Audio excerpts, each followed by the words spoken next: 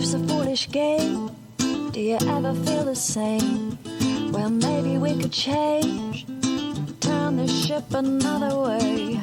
Feel it in the darkness. Bonjour à tous. Bonjour Myriam. Bonjour Carole. Vous êtes sur Osons FM dans Osons l'écologie et aujourd'hui, nous allons vous parler des différents types de pollution en tentant de vous apporter quelques solutions. Nous serons toutes les deux à la technique et à l'animation et Carole fera le montage. Tout à fait. L'émission a été réalisée notamment grâce aux informations des sites Big Media pour la pollution de l'espace, écologie.gouv.fr et who.int pour la pollution de l'air, le site du gouvernement français, celui de l'ONU pour la pollution de l'eau de la mer, Greenpeace pour la pollution numérique, container-z.com, le site du Fonds français pour l'environnement mondial pour les solutions circulaires, les infographies de l'unep.org, les échos.fr pour d'autres solutions liées à divers enjeux, le site de mirsense.com et ledevoir.com ainsi que conservationnature.fr qui nous a beaucoup inspiré pour les chiffres sur le CO2 lié à la santé et une foule d'infos. Enfin, pour l'air intérieur et plus de solutions liées aux innovations, nous avons utilisé les sites du Figaro et celui de linsis.cnrs. Vous retrouverez l'agenda écologie et développement durable à la fin de l'émission. Aujourd'hui, pas d'invité, nous espérons en avoir prochainement, mais tout de même quelques points de vue. Tout de suite dans le Quesaco. Connaissez-vous des sources de pollution ? Quelles sont les solutions ? Il existe la pollution lumineuse, mais je ne connais pas la solution. La pollution industrielle des usines et tout ce qu'ils envoient dans l'eau avec les paquebots. Et comme solution, je dirais peut-être ralentir les trajets en avion, en bateau et limiter la quantité qu'ils transportent. Il y a la pollution du fait des humains, du fait des usines, du fait des voitures. Mais après, au niveau des solutions, non. L'humain est la première pollution sur Terre. Tout d'abord, deux mots un peu compliqués et la définition du mot pollution. Cela fait référence à une dégradation d'un ou plusieurs milieux et se traduit par une concentration élevée de substances toxiques, de déchets ou de nuisances, qu'elles soient d'origine naturelle ou anthropique. Ensuite, anthropique signifie dû à l'activité humaine, un terme que nous employons souvent. Oui, et la discipline qui étudie les effets des substances toxiques ou polluants sur l'environnement, autrement dit la faune et la flore, se nomme l'écotoxicologie. Pour les plus curieux d'entre vous, nous vous recommandons la lecture d'articles sur ce site écotoxicologie.fr. Donc, plusieurs formes de pollution existent. Des plus concrètes, la pollution des sols, de l'eau, de la nourriture, des océans, aux moins tangibles, de l'air, lumineuse, numérique, spatiale. Et vous vous en doutez, ces pollutions sont souvent d'origine anthropique. Pour les sols, et là vous allez voir que tout est lié, elle est due à l'utilisation d'engrais et de pesticides par l'agriculture, au passage d'engins lourds, au rejet accidentel des industries ou à la multiplication des surfaces bétonnées notamment. Diffusée par l'eau, l'air ou les organismes vivants du sol, les bactéries, les plantes ou les champignons, cette pollution perturbe les écosystèmes associés et comporte des dangers non négligeables pour la santé des plantes et des animaux, dont les humains. D'après le service scientifique de la Commission européenne, 75% des sols du monde sont aujourd'hui dégradés et on estime que 95% des sols du monde pourraient être dégradés d'ici à 2050. Ce qui complique parfois la mise en place des mesures adaptées, c'est que les sols ne sont pas tous de la même nature. Il y a des sables riches en matière organique, des sols limoneux, friables et faciles à travailler, des sols argileux qui retiennent bien l'eau, etc. Et en plus, déterminer d'où viennent les pollutions n'est pas toujours aisé. Alors pourquoi faut-il mieux comprendre la pollution des sols et l'éviter ? Eh bien, selon Conservation Nature, la nature nous rend des services gratuits au quotidien. Donc, prendre conscience qu'il faut stopper les pollutions les plus visibles, comme la déforestation, la pollution plastique dans les océans, ou encore les conséquences du réchauffement climatique sont importants. Mais, sous nos pieds, partout à travers la planète, se trouve l'un des écosystèmes les plus précieux du monde. 95% de toute notre alimentation provient directement ou indirectement des sols. Ce sont eux qui permettent que les eaux de pluie se débarrassent de leurs bactéries avant d'atteindre les nappes phréatiques. Et en prime, elles récupèrent dans les sols une bonne quantité de minéraux bénéfiques pour notre organisme. C'est le lieu de vie d'une quantité colossale d'êtres vivants parmi les plus essentiels de la planète. À vrai dire, on estime qu'une seule cuillère à soupe de terre en bonne santé abrite plus d'êtres vivants qu'il n'y a d'humains sur la planète. Et une grande partie d'entre eux se trouve dans l'humus, cette couche superficielle de 30 cm en moyenne sur la surface de la Terre, formée d'un mélange de sable, d'argile, de débris de roches et de restes d'organismes décomposés.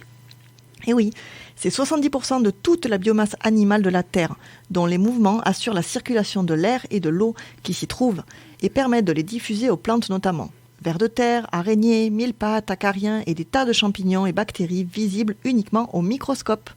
Tout y est recyclé. Les micro-organismes se nourrissent des végétaux et des animaux morts et permettent ainsi de créer de la matière organique dans laquelle les plantes puiseront les nutriments essentiels à leur développement.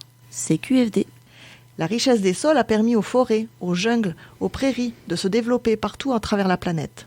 Leur qualité permet la survie des plantes, assure la production de nos matières premières, de notre nourriture, de certains de nos vêtements et de nombreux médicaments. 70% de nos antibiotiques actuels sont élaborés à partir de micro-organismes du sol. Ce sont aussi de véritables puits de carbone qui piègent le CO2. Au total, entre 1500 et 2400 milliards de tonnes de carbone à travers le monde. De plus, ils absorbent l'eau en cas d'inondation et aident à résister à la sécheresse. Le problème, c'est qu'une dégradation qui se produit en quelques années seulement peut mettre jusqu'à 1000 ans pour être réparée. Autrement dit, le sol n'est pas une ressource illimitée et l'expansion urbaine est une menace sérieuse. 11 hectares de sol disparaissent chaque heure en Europe. Les sols s'étouffent et les vers de terre se font de plus en plus rares. En 1950, on comptait en moyenne 2 tonnes de vers de terre par hectare, contre seulement 200 kilos aujourd'hui. Cet effondrement de la biodiversité des sols se répercute sur la biodiversité des autres écosystèmes. Alors certes, il peut y avoir des retombées de cendres liées aux éruptions volcaniques, mais ce sont surtout les activités humaines, et en particulier l'agriculture intensive, qui polluent les sols et contribuent à l'effondrement dramatique de la biodiversité. Pollution numéro 1, les pesticides et les engrais. En Europe, les engrais et le fumier ont augmenté de 66% en moins de 60 ans, à cause notamment de la multiplication des élevages et des taux d'azote qui sont critiques. Les sols sont acidifiés, certaines plantes ne peuvent plus pousser, et le trop-plein s'évacue par les eaux de pluie ou d'irrigation jusqu'aux rivières et aux nappes phréatiques. Vous pensez que ce n'est pas grave, que c'est bien d'avoir des sols riches et qu'il faut bien manger ? Insoluble et non biodégradable, l'azote entraîne des pollutions massives aux nitrates jusque dans notre eau potable, avec des risques accrus de cancer et de maladies respiratoires. Intrants chimiques ou naturels, le constat est donc accablant, ici comme ailleurs. Et oui, cela ne fait pas plaisir à tout le monde, mais on voit bien qu'il faut changer de modèle agricole. Mais l'agriculture n'est pas seule en cause. Les activités minières, industrielles et de construction sont aussi source de pollution des sols. En Afrique, où les sols sont dits pauvres, les nutriments ne peuvent pas être renouvelés à cause de l'exploitation minière qui diffuse notamment des métaux lourds, naturellement présents dans les sols, et les rendements agricoles baissent chaque année. L'activité industrielle utilise du charbon, du minerai de fer ou des produits chimiques qui, souvent mal éliminés, engendrent de larges contaminations, parfois jusque dans l'air, sous forme de particules fines. L'urbanisation, qu'on pourrait aussi appeler bétonisation ou artificialisation des sols, les compacte et ni l'eau, ni les racines des plantes n'y circulent correctement.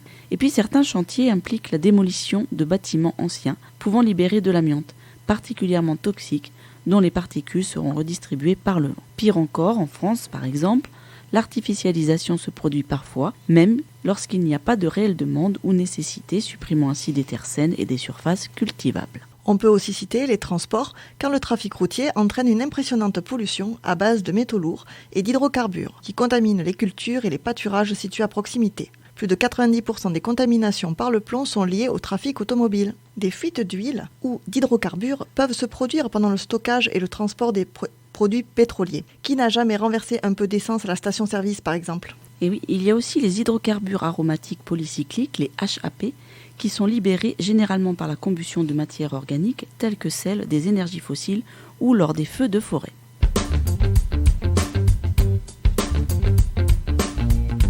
Donc, on ne le répétera jamais assez, il est interdit de brûler des végétaux à l'extérieur.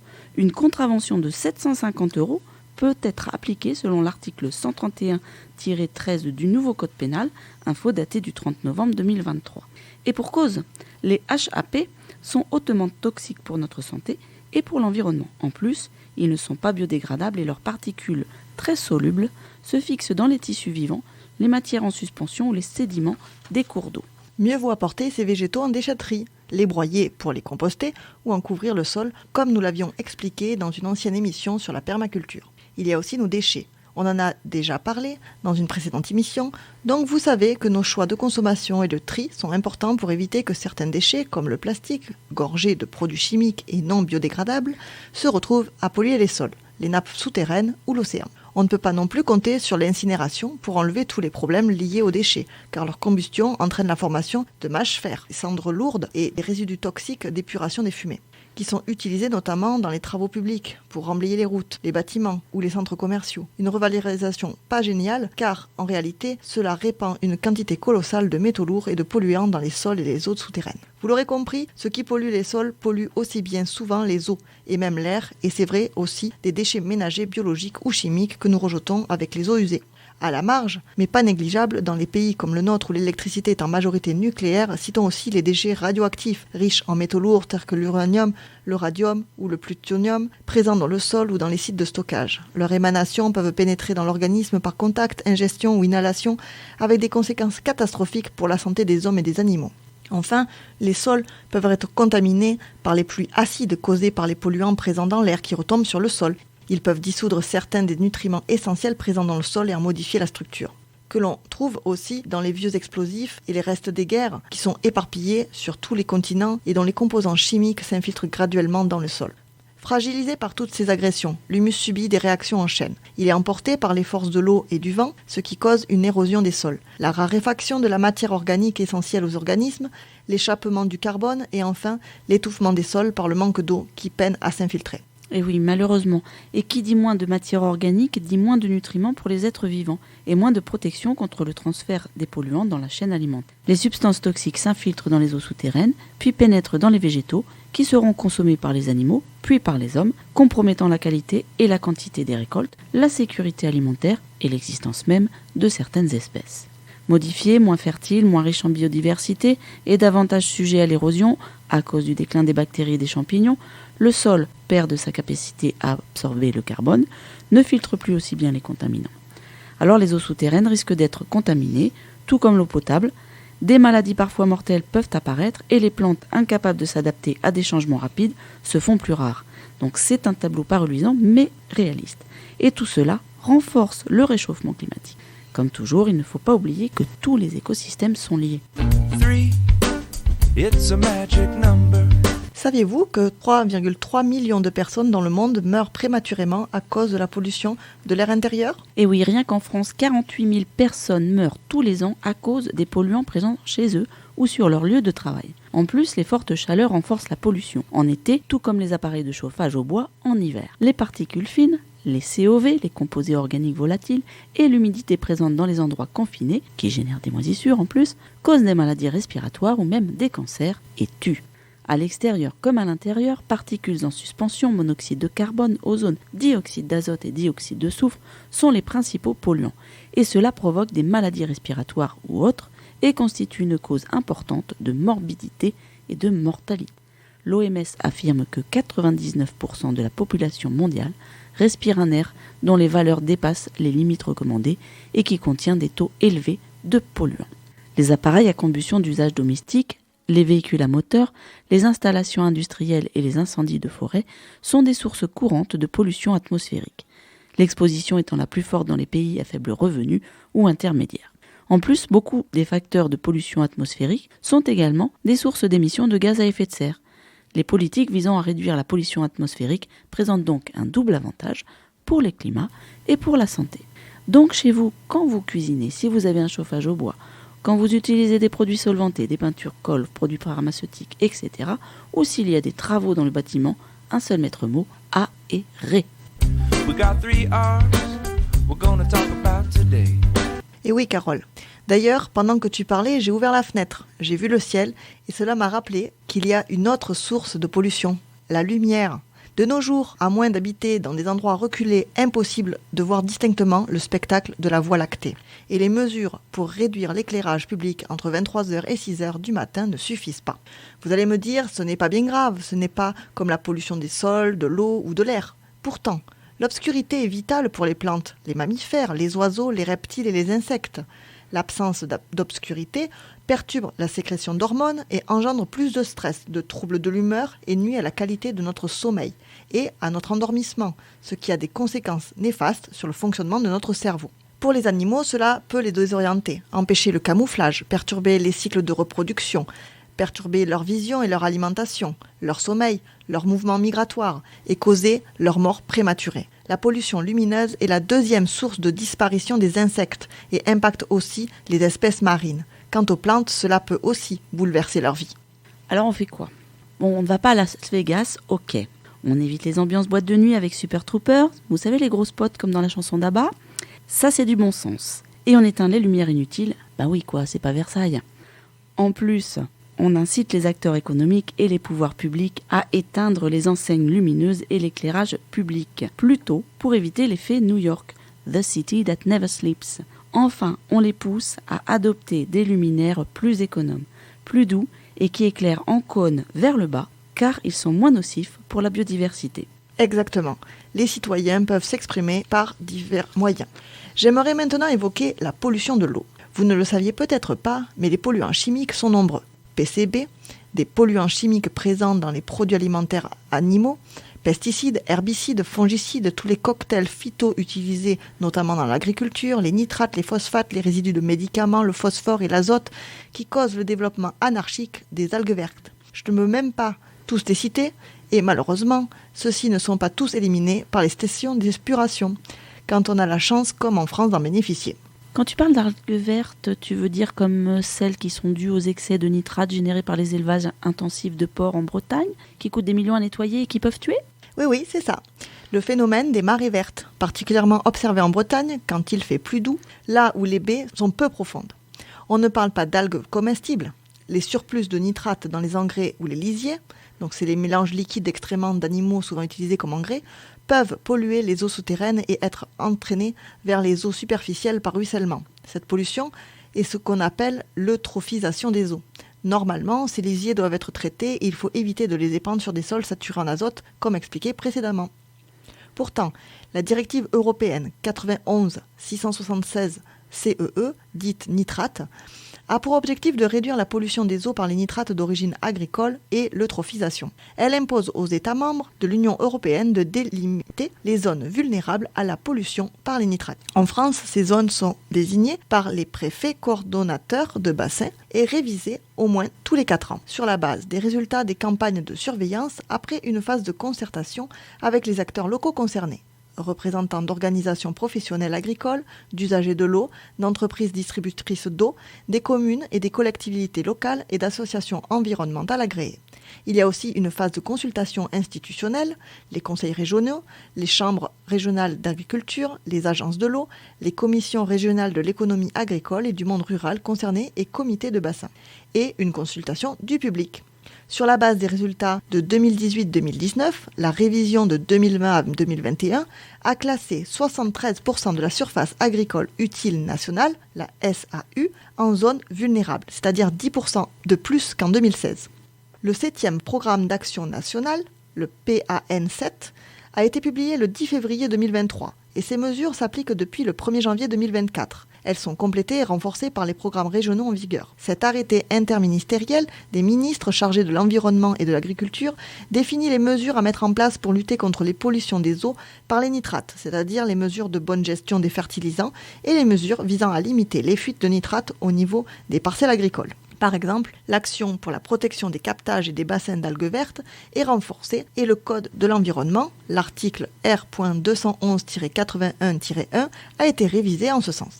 On comprend bien qu'il faut aider les agriculteurs à faire mieux, que ce soit pour les sols ou pour les eaux, car tout est lié. Heureusement, pour les phosphates, utilisés en France dans les années 90 pour leurs propriétés anticalcaires et anti-reposition, les pouvoirs publics français ont mesuré leurs effets délétères d'eutrophisation des milieux aquatiques. Et ils ont légiféré. Et c'est tant mieux. Ça finit par marcher. Ils ont aussi contraint les stations d'épuration à traiter le phosphore, alourdissant bien sûr le coût du traitement des eaux usées. Donc, pour qu'ils n'aient pas fait tout ça pour rien, privilégions les détergents, les savons, les lessives sans phosphate pour préserver la qualité de notre eau de boisson ainsi que les milieux naturels aquatiques et milieux humides.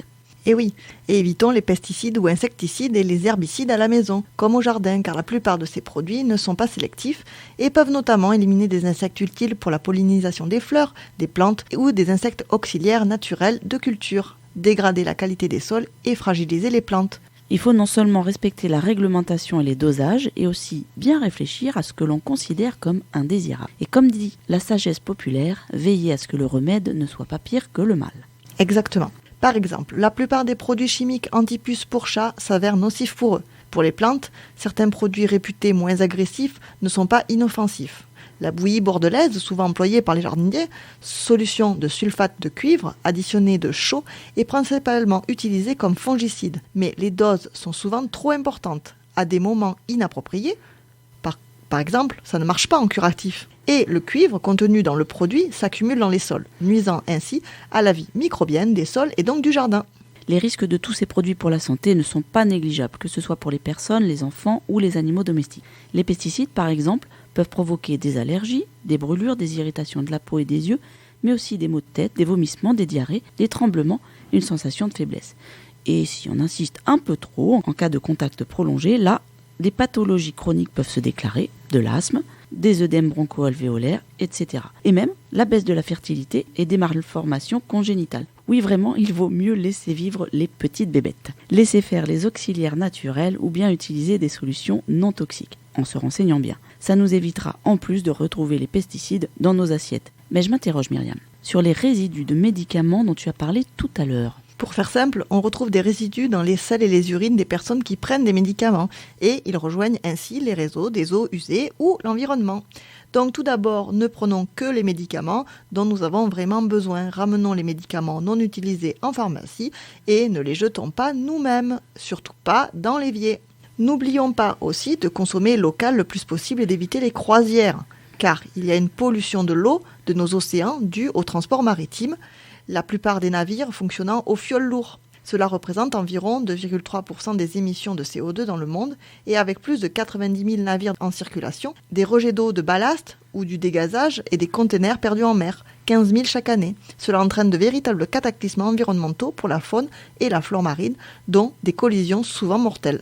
Oui, il faut protéger nos océans et ne pas piller ce que nous considérons comme des ressources, mais qui en fait est la vie marine, dont les océans ont besoin pour produire l'oxygène que nous respirons notamment. Nous vous invitons à réécouter sur ozone.fr notre émission sur les enjeux de l'eau, ainsi que l'émission Écozone sur la pêche, qui vous explique l'importance cruciale des océans. Tout à fait. Vous pouvez aussi vous informer au travers des livres, sites et vidéos que nous vous recommandons. D'ailleurs, au chapitre des pollutions que nous ne voyons pas tout de suite, il y a bien sûr le numérique que nous avons évoqué lors de l'avant-dernière émission.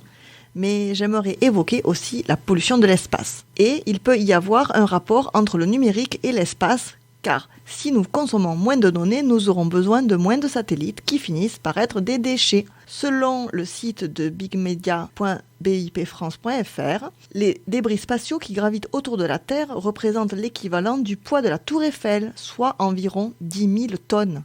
On comptait environ 250 satellites en orbite en 2010. D'ici 2030, nous arriverons à près de 100 000. Il y a environ 30 000 objets de plus de 10 cm qui gravitent au-dessus de nos têtes. Si l'on regarde plus attentivement au-delà d'1 centimètre, on approche le million et on frôle les 130 millions de débris de taille supérieure au millimètre. Ces objets en orbite basse vont à près de 28 000 km/h. À ces vitesses, un choc peut avoir des effets systématiques catastrophiques. Il devient donc urgent de s'assurer que les débris artificiels qui sont déjà présents soient bien catalogués, suivis et si possible désintégrés et de prévenir les futurs accidents qui augmenteraient encore le nombre de débris. Et donc les risques d'accident car le risque de collision entre satellites et débris n'a jamais été aussi élevé. Effectivement, c'est pourquoi des startups comme SpaceAbe ou Share My Space cartographient les éléments inertes se déplaçant autour de la Terre, afin d'aider les agences spatiales et les opérateurs de satellites ou d'autres startups du New Space à scanner et traquer les débris pour les éviter lors de leurs opérations. Reduce, reuse, recycle. Reduce, reuse, recycle. Revenons sur Terre, où dans le monde et en France, plusieurs organisations, solutions ou innovations existent, parmi lesquelles le FFEM, le Fonds français pour l'environnement mondial, qui soutient des projets qui luttent contre les pollutions et mettent en place des solutions circulaires. Il accompagne des approches intégrées prenant en compte l'ensemble du cycle de vie des produits. Il soutient aussi le renforcement de la gouvernance et du cadre réglementaire des pays, conformément aux engagements pris dans les conventions internationales. Au niveau de l'océan, en dehors de mettre du fioul de meilleure qualité, qui est vraiment le minimum, on peut également prôner l'utilisation d'énergies telles que le GNL, le gaz naturel liquéfié, pour réduire de près de 99% des émissions de particules fines et d'oxyde de soufre, ainsi que 85% des oxydes d'azote et 25% du CO2. Les infrastructures se sont également mises à proposer des systèmes d'alimentation électrique afin que les navires puissent couper leurs moteurs et s'alimenter en énergie directement sur le port. Enfin, d'autres mesures, comme les amendes dissuasives, le ralentissement de la vitesse de navigation de 10%, appelé le slow streaming, ou encore des taxes sur le fioul peuvent inciter à un renouvellement de flotte afin qu'elle soit plus verte. Mieux encore, des projets de navigation à la voile, couplés à une propulsion au GNL, en cas d'absence de vent, sont actuellement en cours de développement. Il faudra encore toutefois de la patience pour voir venir des flottes de navires entièrement écologiques. En France, pour l'instant, le bilan de la politique du PAN, évoqué tout à l'heure, a fait diminuer le phénomène d'eutrophisation en évacuant la problématique du phosphore. C'est lui qui, combiné à l'oxygène, forme le phosphate. Mais s'il y en a plus, ou moins, dans les détergents, il en reste lié au métabolisme humain et aux activités agricoles, et le problème des nitrates demeure. Le plan Ecophyto 2+, a pour objectif de réduire les usages des produits phytopharmaceutiques de 50% d'ici 2025 et avait pour ambition de sortir du glyphosate d'ici fin 2022 pour l'ensemble des usages. Il vient renforcer le plan précédent sur les produits phytopharmaceutiques et une agriculture moins dépendante aux pesticides, d'une part, et celle du plan de sortie du glyphosate annoncé le 22 juin 2018, d'autre part. Il répond à une obligation européenne fixée par la directive 2009-128-CE, instaurant un cadre d'action communautaire ayant pour but de réduire la dépendance à l'égard de l'utilisation des pesticides. Comment ? Par le retrait des substances les plus préoccupantes et en accompagnant la sortie du glyphosate par la promotion de la reconnaissance et de la diffusion des produits de biocontrôle et des préparations naturelles peu préoccupantes, en renforçant la prévention de l'exposition de la population aux pesticides et en montrant les impacts sur l'environnement et la biodiversité après l'information, la communication et le dialogue entre les différents acteurs et par la mise en place, le cas échéant, de mesures de protection complémentaires. On vous recommande 2 sites pour des solutions sur les pesticides, ecophyto-pro.fr pour les professionnels et jardiner-autrement.fr pour les particuliers. Oui, ce plan dont tu parles passe aussi par le soutien de la recherche et l'innovation, le développement des connaissances sur les solutions alternatives, ainsi que sur les risques et les impacts des produits phytopharmaceutiques, la démonstration des performances économiques, environnementales et sociales des systèmes économes en produits phytopharmaceutiques grâce au dispositif DEPHY, DEFI. Cela signifie aussi l'accompagnement technique et financier de groupes d'agriculteurs dans la transition.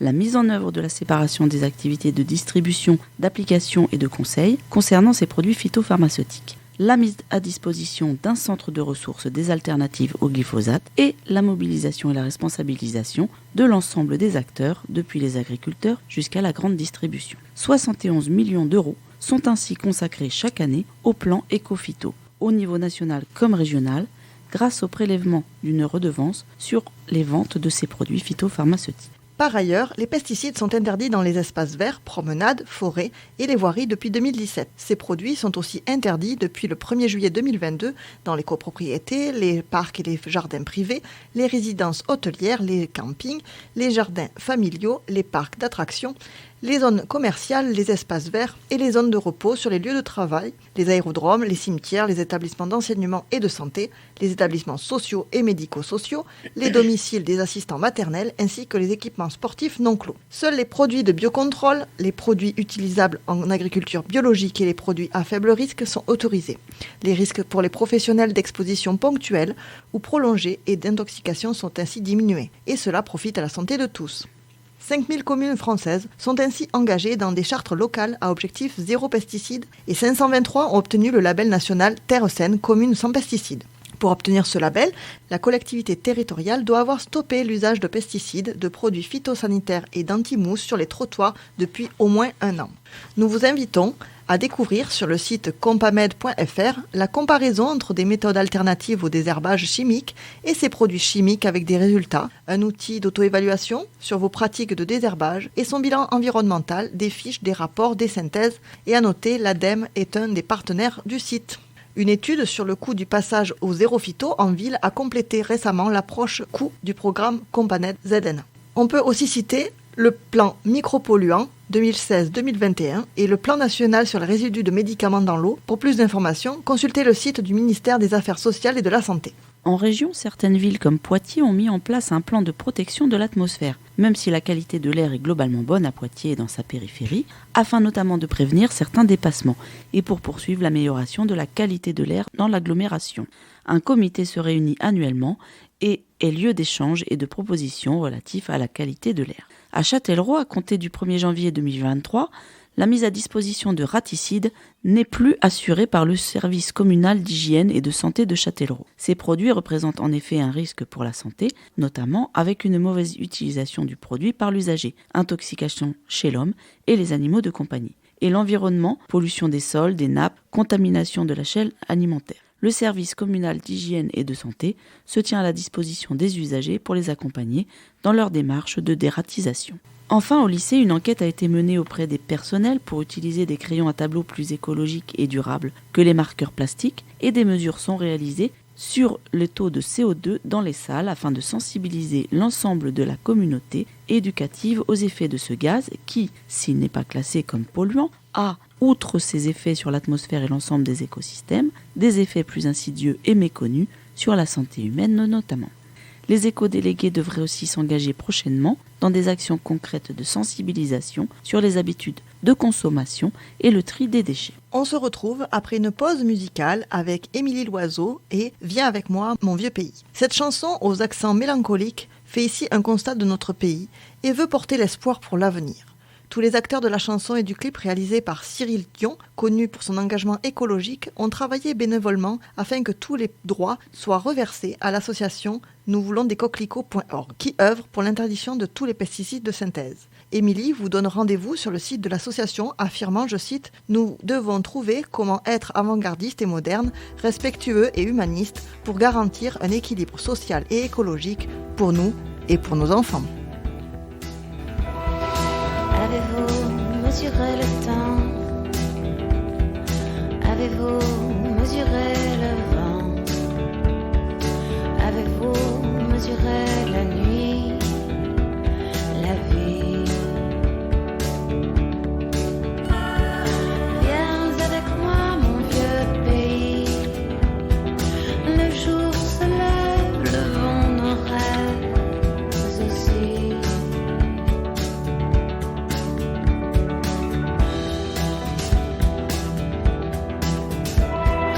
Je veux faire l'amour dans les champs. Je veux faire l'amour des enfants qui se baigneront dans les rivières en oubliant. Viens avec moi, mon vieux pays. Le vent me rêve, le vent se lève aussi.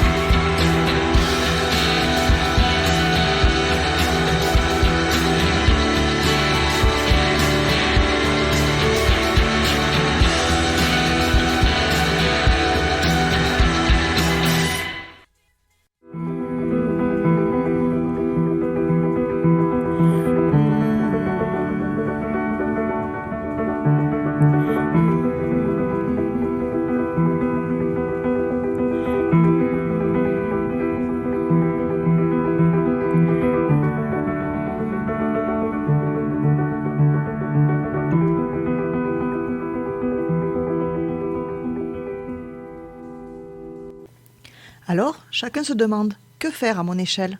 Au niveau des transports et concernant l'air, je peux réduire mon usage de la voiture en optant pour des mobilités durables à chaque fois que c'est possible. Calculer l'empreinte carbone de mes trajets pour mieux comprendre l'intérêt de choisir ces mobilités plus vertueuses. Et dans les cas où la voiture est indispensable, mieux la choisir en consultant l'éco-guide de l'automobile ou en faisant le test pour découvrir en un clin d'œil la solution la plus adaptée à mes usages. Je peux aussi soutenir l'agriculture respectueuse de l'environnement en achetant des produits locaux, en évitant les produits transformés ou industriels. Je peux également essayer de végétaliser mon alimentation en réduisant ma consommation de viande et en mangeant plus de légumineuses. Je fais encore le choix du tourisme durable, en bannissant les voyages touristiques en paquebot, de croisières géants et très polluants, et en privilégiant des déplacements par le rail par exemple. Et pourquoi pas en embarquant mon vélo sur un bateau à voile, une solution pour le transport maritime de passagers en plein développement. Je privilégie bien sûr la sobriété en sortant de la logique de surconsommation et en achetant des produits durables. Je peux également m'informer sur les installations classées proches de chez moi et m'investir dans des associations qui s'engagent pour leur surveillance pour lutter contre les accidents tels que celui de Lubrizol. Je m'intéresse à la rénovation énergétique de mon logement et vois comment la mettre en place. Si je me chauffe au bois, j'adopte les bonnes pratiques. Alors justement, qui dit chauffage, dit particules et pollution de l'air. Comment réduire celles-ci, y compris à l'intérieur ? Le tabac, c'est tabou, on en viendra tous à bout. Ça vous dit quelque chose peut-être ? Alors ce cocktail de substances toxiques, particules ultra-fines, goudron, monoxyde de carbone, métaux lourds, c'est le tabac, n'a vraiment rien pour lui. Car en plus d'être un risque majeur pour notre santé, notamment de favoriser les AVC, certains de ces composants sont absorbés par les rideaux, tissus et moquettes et continuent d'être émis dans l'air intérieur. Donc au minimum, évitez de fumer à l'intérieur, d'autant plus en présence d'enfants ou de personnes fragiles, et tenez-vous loin des systèmes de ventilation pour pas que ça repasse dedans. Gare aussi aux encens et bougies, émetteurs de substances toxiques telles que le benzène et les particules fines. Pour éviter ces polluants et la concentration de CO2 néfaste pour votre santé, entretenez votre système de ventilation, renouvelez l'air intérieur de votre logement au moins 2 fois par jour si vous n'avez pas de ventilation, en aérant de préférence le matin avant 9h ou le soir après 20h, ou d'autres heures en tout cas, quand les polluants sont moins présents à l'extérieur. Et si vous habitez à proximité d'un axe routier, aérez plutôt en dehors des périodes de pointe. En plus, pensez à aérer lorsque vous cuisinez ou faites du bricolage, ouvrez une fenêtre ou mettez en marche la hotte lorsque vous faites cuire des aliments et limitez votre exposition aux agents infectieux et aux allergènes. Pour faire bonne mesure, nettoyez pour combattre les moisissures. Utilisez l'aspirateur contre les acariens, les pollens et certains allergènes venant de nos animaux domestiques. Pour réduire la présence de COV dans l'air intérieur de votre habitat, informez-vous sur les émissions chimiques potentielles des produits que vous utilisez. Pensez à renouveler l'air intérieur pendant et après l'utilisation d'une peinture ou d'un vernis. Refermez les récipients pour éviter qu'ils ne s'évaporent dans l'air intérieur. Et surtout, ne les mélangez pas entre eux, ils peuvent entraîner des réactions dangereuses. Vous pouvez aussi envisager des systèmes innovants tels que des fenêtres intelligentes pour purifier l'air. Une entreprise allemande nommée Schuco, leader européen des menuiseries en aluminium et en PVC, vend ainsi son système de purification d'air intégré aux fenêtres ou aux façades. Totalement invisible, ce purificateur fait office de système de ventilation et laisse passer l'air en le débarrassant de 99,5% des particules néfastes. La fenêtre, même fermée, débarrasse ainsi l'air aspiré à l'extérieur et à l'intérieur de ces substances toxiques. D'autres produits développés par l'entreprise permettent de ventiler et de déshumidifier l'air sans aucune intervention des occupants du logement. Des fenêtres équipées d'un système innovant s'ouvrent en effet automatiquement et assurent le renouvellement de l'air en fonction de la température et des niveaux de CO2 qu'elles captent dans l'habitat ou le bureau. Alors si des personnes ont essayé, n'hésitez pas à nous faire un retour. Les meubles sont également mis à contribution pour assainir nos logements.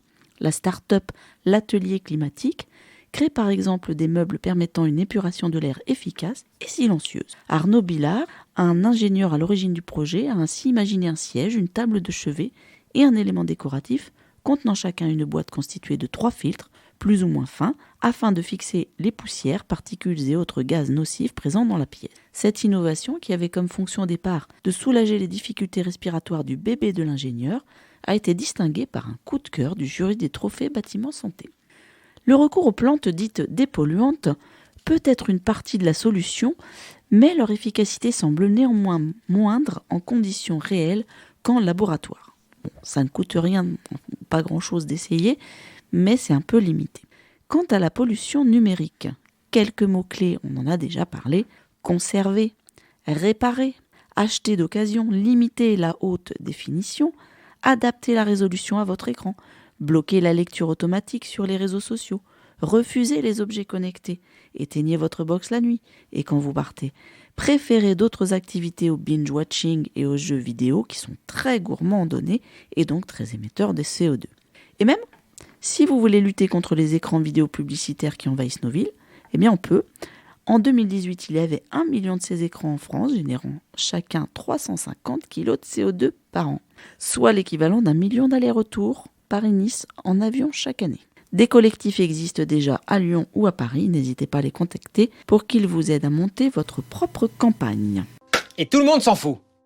La Terre! Tu te souviens que c'est là-dedans que la nature, elle fabrique notre manger? Pourtant, on a mis tellement d'énergie à s'en foutre qu'on a réussi à bousiller cette super usine biologique qui a quand même fonctionné pendant 440 millions d'années en seulement 2 générations. Ça fait que si chaque Chinois mangeait un croissant par jour, en sachant que la Chine abrite pratiquement 18% des humains de la planète, la production mondiale de céréales suffirait pas. Et heureusement, dans les années 50, on a trouvé une super idée pour compenser l'explosion démographique. Foutre des grosses machines partout en mettant le paquet sur des engrais azotés et phosphatés. C'est normal d'exploiter la terre, elle a été faite pour nourrir les hommes, c'est le progrès. De toute façon, les hippies comme toi, ils savent rien valoriser. Va siroter un bon verre de Roundup. En 1960, un agriculteur français, ça nourrissait à peu près 15 personnes avec des produits de bonne qualité. Mais aujourd'hui, grâce à toutes nos belles améliorations pour saccager notre environnement, un agriculteur français, ça nourrit 60 personnes avec des produits de moins bonne qualité. Du coup, grâce à nos efforts, il y a 10 fois moins de paysans et 20% des surfaces agricoles ont disparu. Et puisqu'en France, un agriculteur se suicide tous les 2 jours, on a bon espoir de bientôt finir par tous les supprimer. Peut-être que ton cerveau est en jachère. Le gros souci, c'est que la terre, une fois que c'est vide et épuisé, ça se désagrège. C'est pour ça qu'au cours du siècle dernier, 1 milliard d'hectares de terres fertiles se sont littéralement volatilisés. C'est autant que la surface des États-Unis. Et dans les régions du Moyen-Orient et de l'Afrique du Nord, là où le rendement des cultures est l'un des plus forts, niveau capacité de production du sol, on est passé de 5 à 0,5 tonnes de produits par hectare. Et si tu t'en fous parce que c'est loin de chez toi, sache qu'en France, 40% des surfaces agricoles présentent un risque de tassement irréversible, que 25% des sols sont victimes d'érosion et que 2 tiers des zones humides ont déjà disparu. Tu veux respirer dans un sac en papier pour pas paniquer? Alors si tu veux pas finir par manger de la terre, vu qu'il n'y a plus rien qui pousse dedans, tu peux commencer par adapter ton régime aux saisons et à tes vrais besoins. Avec 500 grammes de fruits et de graines par jour et beaucoup moins de viande. Beaucoup. Sinon, on pourrait aussi commencer à comprendre qu'un espace sauvage, c'est nécessaire. Histoire d'arrêter d'engloutir chaque année 2 millions d'hectares sous le béton. Et si on faisait tout ça, on pourrait alors peut-être réparer les 3 composantes qui déterminent la santé du sol. L'aspect chimique, qui s'améliore en diversifiant les cultures. L'aspect biologique, qui s'améliore en arrêtant d'exterminer les vers de terre et les insectes. Et la composante physique, qui s'améliore en arrêtant de faire n'importe quoi avec le climat et en plantant des arbres et des haies. Tu veux bien arrêter de faire n'importe quoi avec le climat ? Je vous rappelle que si vous avez envie de nous transmettre des informations ou des noms de personnes expertes sur nos prochains sujets, en mars, comment nourrir les humains sans détruire la planète, ou si vous avez des remarques ou des idées sur des sujets liés à l'environnement, vous pouvez nous contacter sur les réseaux sociaux Instagram, Facebook, X, ainsi que sur le site ozonde.fr. Et c'est le moment de l'agenda. Comme à mon habitude, j'essaye de vous proposer quelques sorties en lien avec le sujet de l'émission. Alors, parce qu'on a vu que la pollution est liée à ce que nous achetons, on parle des coves, je vous propose de participer à un Vide ta chambre le samedi 16 mars à partir de 8h30 à la salle Camille Paget. Soit en tant que vendeur, alors réservé auprès du comité des fêtes de l'école, Jules Ferry, s'il reste des places, ou en tant qu'acheteur, l'accès est libre pour les visiteurs sur l'ensemble de la journée. Il y aura un stand de boissons et de sandwich dans la salle. Ensuite, parce que toutes ces pollutions, justement, ça agit sur notre santé, je vous propose d'assister à une exposition et une conférence sur le thème du sport. Bien dans mes baskets, c'est une exposition du 19 mars au 6 avril qui permet de mieux comprendre les bénéfices de l'activité physique pour notre santé. Vous découvrirez des astuces pour bouger tous les jours pour se sentir mieux dans son corps et dans sa tête. Ça se passe à la médiathèque de Senon. Et ensuite, mieux bouger pour booster sa santé physique et cérébrale. Atelier conférence du vendredi 22 mars à 20h, toujours à la médiathèque de Senon. Bouger, faire de l'activité physique permet de booster notre santé physique et cérébrale, quel que soit notre âge. Comment ? Quels en sont les effets bénéfiques ? Geoffroy Boucard, spécialiste de la faculté des sciences du sport de Poitiers, nous apporte des réponses et des nombreux conseils pour tous les adultes désireux de prendre soin d'eux. Et enfin, parce qu'on a vu que la pollution lumineuse perturbait ces milliers d'oiseaux, je vous propose justement une initiation au chant d'oiseaux. Allez les écouter, soit au lac de la Forêt, le dimanche 10 mars, de 9h à midi, soit au parc du Verger, le dimanche 24 mars, toujours à la même heure. Accompagné d'un animateur de la LPO, la Ligue de protection des oiseaux, venez vous initier à reconnaître ces beaux chants d'oiseaux. Et en plus, c'est gratuit. Maintenant, je vous ai sélectionné quelques livres que vous pouvez emprunter aux médiathèques de Châtellerault ou ailleurs, et même dans votre CDI préféré. Les plastiqueurs enquêtent sur ces industriels qui nous empoisonnent. C'est de Dorothée Moisan, publié en 2021 aux éditions Kero. C'est une enquête sur les producteurs mondiaux de plastique, dans un contexte où les politiques publiques affichent une prétendue lutte contre la pollution liée à ce dérivé du pétrole, quand, dans le même temps, sa production mondiale va doubler d'ici 2040. De la Chine au port d'Anvers, de l'Afrique à la Dells Valley, en Louisiane, un panorama des ravages de la planète liés à ce matériau. Ensuite, je vous propose de lire « Pollution et santé », faire face à toutes les pollutions et les enrayer. Ça a été écrit par Jean-Pierre Willem et sorti en avril 2017 aux éditions d'Angle. Notre organisme est quotidiennement assailli par des toxines alimentaires, environnementales, atmosphériques ou iatrogènes qui agressent et débordent notre métabolisme. L'auteur, fort de sa longue expérience, nous invite à nous détourner de l'alimentation moderne des pays industrialisés, souvent trop riches, déséquilibrés et dénaturés, et nous propose une véritable médecine de terrain. Il nous livre de manière particulièrement concise et pédagogique des solutions diététiques naturelles, de nombreux conseils ciblés en naturopathie et homéopathie. Voici un véritable manuel pour une détoxication réelle et un retour vers la pleine santé. Et enfin, une bande dessinée, La pollution cachée des choses, de Camille Besse et Éric Lablanche. C'est paru en novembre 2020 aux éditions La Plage. Un album au ton humoristique consacré aux différents types de pollution, plus ou moins connus. Chaque sujet est traité en quelques planches truffées de références à la pop culture autour du personnage central de Nénette la planète. Comme toujours, vous pourrez bientôt retrouver l'émission sur le site ozone.fr. Vous pouvez aussi soutenir notre radio sur notre cagnotte en ligne Litchi. Toute contribution nous aide, car rappelons-le, nous sommes une radio associative. Et comme nous le disons à chaque fois dans l'émission, vous pouvez nous suivre et poster vos commentaires sur nos pages Facebook, Instagram et X. L'émission est terminée. Merci à toi, Carole, et à Bastien pour la programmation. Et merci à toi, Myriam. On se quitte en musique avec l'Irlandaise Kate Nash qui assume la fluidité de sa sexualité dans son titre Trash, en anglais ordure ou déchet, sorti en 2019 et dont la musique prenante et les paroles provocantes visent à une prise de conscience des dommages causés par la pollution au plastique, en particulier ceux à usage unique dans l'océan comme sur la Terre. Créée à l'occasion d'une exposition artistique sur le sujet, la chanson fait le lien entre les relations interpersonnelles toxiques et la relation qu'entretiennent les humains avec leur planète. Elle encourage les auditeurs à s'interroger sur leur propre comportement, à faire des choix conscients pour contribuer à un meilleur avenir. Et elle nous rappelle que même les petites actions peuvent faire la différence et que nous avons tous un rôle à jouer dans la protection de notre planète. Hey, are you up? Don't mean to wait.